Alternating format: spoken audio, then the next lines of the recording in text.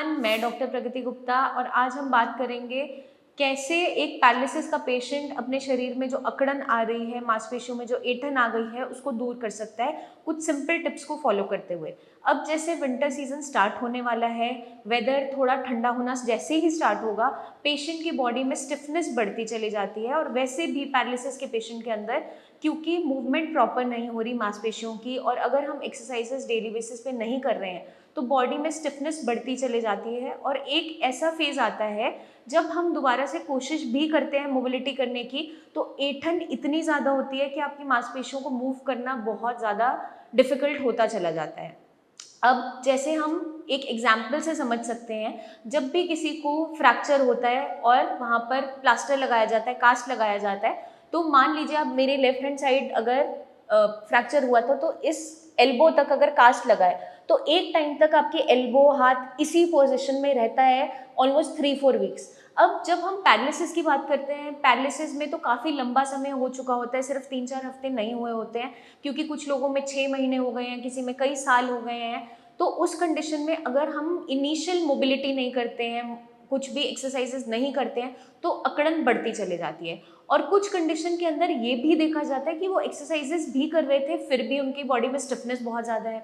और जब ऐसी कंडीशन के साथ पेशेंट आता है, ओपीडी में भी विजिट करता है, तो उनकी रिकवरी बहुत ज़्यादा मुश्किल होती चली जाती है, क्योंकि वहाँ पर स्टिफनेस इतनी ज़्यादा है, उसके कारण से पेशेंट को दर्द भी होना स्टार्ट हो जाता है। क्योंकि जब हम उस अफेक्टेड पार्ट की एक्सरसाइजेस स्टार्ट करते हैं या उसको थोड़ा सा भी मूव करते हैं, तो पेशेंट बहुत ज़्यादा पेन की कंप्लेन करता है। अब वो कंडीशन बने ही ना इनिशियल फेज से ही, जब से आपको पैरालिसिस हुआ है या कुछ महीने हो भी गए हैं, तो आप ये टिप्स अगर फॉलो करते हैं तो बहुत अच्छा रिलीफ आपको मिलता चला जाएगा। सबसे नंबर 1 जो टिप है उसके अंदर आपको क्या करना है, हॉट वाटर बाथ लेना है, चाहे मौसम गर्म है चाहे ठंडा है।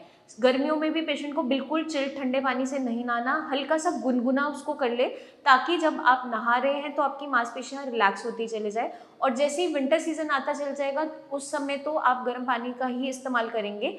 साथ के साथ आप एक और उसमें चीज़ ऐड ऑन कर सकते हैं।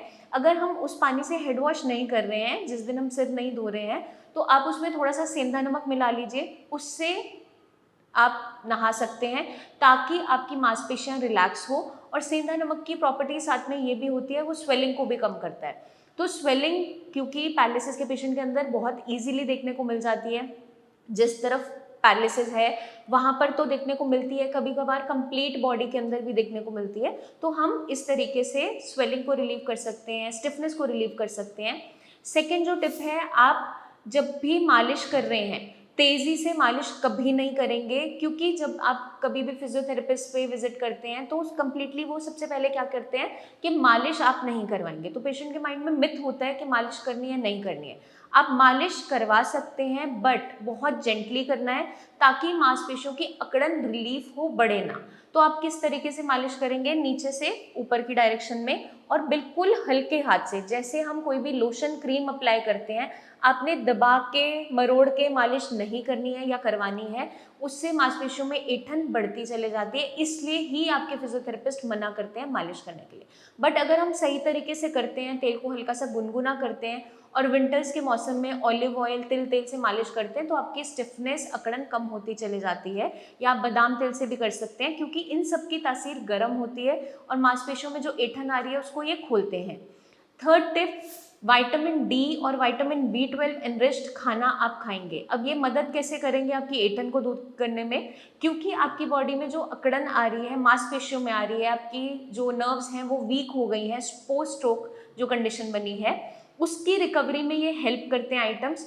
नॉन वेजिटेरियंस एग्स, फिश खा सकते हैं, चिकन सूप पी सकते हैं, और जो पेशेंट्स वेजिटेरियन हैं उनके पास भी ऑप्शंस हैं, वो मिल्क ले सकते हैं, मशरूम्स ले सकते हैं, दालें ऐड ऑन कर सकते हैं, ताकि आपकी बॉडी में प्रोटीन, विटामिन डी और B12 भरपूर मात्रा में रहे और आपकी जो मांसपेशियां हैं उसमें ऐंठन बढ़े ना। फोर्थ टिप है, उसके अंदर आपको कोई भी ठंडी चीज़ों का इस्तेमाल नहीं करना।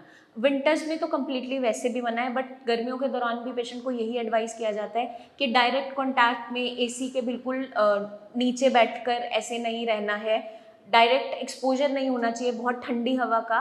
और जब विंटर्स में हम मालिश कर रहे हैं तो एक ऐसा एनवायरनमेंट हो वहाँ पर जहाँ पे ठंड ना हो। या तो आप धूप में पेशेंट को बिठा के कर सकते हैं, या रूम में धूप आती है, या रूम का ही टेम्परेचर रेगुलेट करके। बेसिकली आपको ठंडी आइटम से बचना है, ठंडी हवा से बचना है, क्योंकि जो ठंडी चीज़ें हैं या ठंडी हवा है वो वातवर्धक माना जाता है एज पर आयुर्वेद, और वो अकड़न को, दर्द को बढ़ाता है। तो पैरालिसिस जो बीमारी है वो न्यूरोलॉजिकल डिसऑर्डर है, और आयुर्वेद के अंडर ये आती है वात व्याधि के अंदर। वात व्याधि का मतलब कोई भी वातज रोग जो आपके जॉइंट्स को, आपके मसल्स को, या न्यूरोलॉजिकल कोई भी डिसऑर्डर्स हो सकते हैं जो आपकी बॉडी की कोई भी मोबिलिटी है उसको कंट्रोल करते हैं। तो हमें क्या ध्यान रखना है, हम ठंडी चीज़ों के एक्सपोजर में नहीं रहेंगे, ठंडा पानी कंज्यूम नहीं करना है, ठंडी तासीर वाली चीज़ें मना की जाती है, इसलिए फ्रूट जूसेस मना होते हैं पैरालिसिस के पेशेंट में। उसकी जगह हम बोलते हैं आप सूप्स ऐड ऑन कर दीजिए। तो अब विंटर्स आ रही हैं जैसे, तो आप सूप्स ऐड ऑन कर सकते हैं। आप मशरूम, पालक है, गाजर है, चुकंदर है, ये मिक्स करके भी सूप बना सकते हैं। जो पेशेंट्स नॉन वेजिटेरियन है वो चिकन सूप इजीली कंज्यूम कर सकते हैं। सूप्स क्या हेल्प करते हैं, आपकी बॉडी में एनर्जी को जनरेट करेंगे, गर्म आहट प्रोवाइड करते हैं, वार्मथ जैसे ही मिलती है तो मांसपेशियों में जो ऐंठन है वो दूर होती चली जाती है और वो बढ़ती नहीं है। आई होप ये वीडियो आपको मदद करेगी आपकी बॉडी में अगर कोई अकड़न आ रही है उसको दूर करने में, और ये कंडीशन बने ही ना उसको प्रिवेंट करने में। अगर हम इनिशियल फेज से, शुरुआती तौर से ही इन सारे टिप्स को फॉलो करते हैं तो हमारे जो बॉडी है उसमें अकड़न आती ही नहीं है। और अकड़न जब नहीं आएगी आपकी रिकवरी ऑटोमेटिकली स्पीडअप हो जाती है, और आप क्या देखेंगे कि आप जल्दी से जल्दी दोबारा से इंडिपेंडेंट हो गए हैं। आपके माइंड में कोई भी डाउट्स हैं तो कमेंट करके पूछिए। कोई भी डाउट अपने माइंड में नहीं रखना है। हमारी टीम ऑफ डॉक्टर से खुलकर बात कीजिए, अपनी प्रेजेंट कंडीशन की वीडियो तक भेजिए, ताकि वो जो एक्सरसाइजेज हैं या आपको जो प्रिकॉशंस हैं जो फॉलो करनी है उसके बारे में समझा सकें। आपको लगता है कि आपको पर्सनली विजिट करना है तो आप क्लिनिक आकर हमसे मिल भी सकते हैं।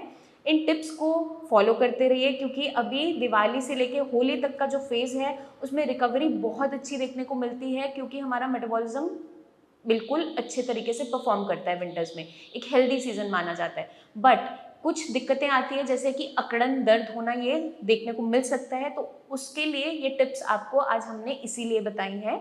अपना खास ध्यान रखिए।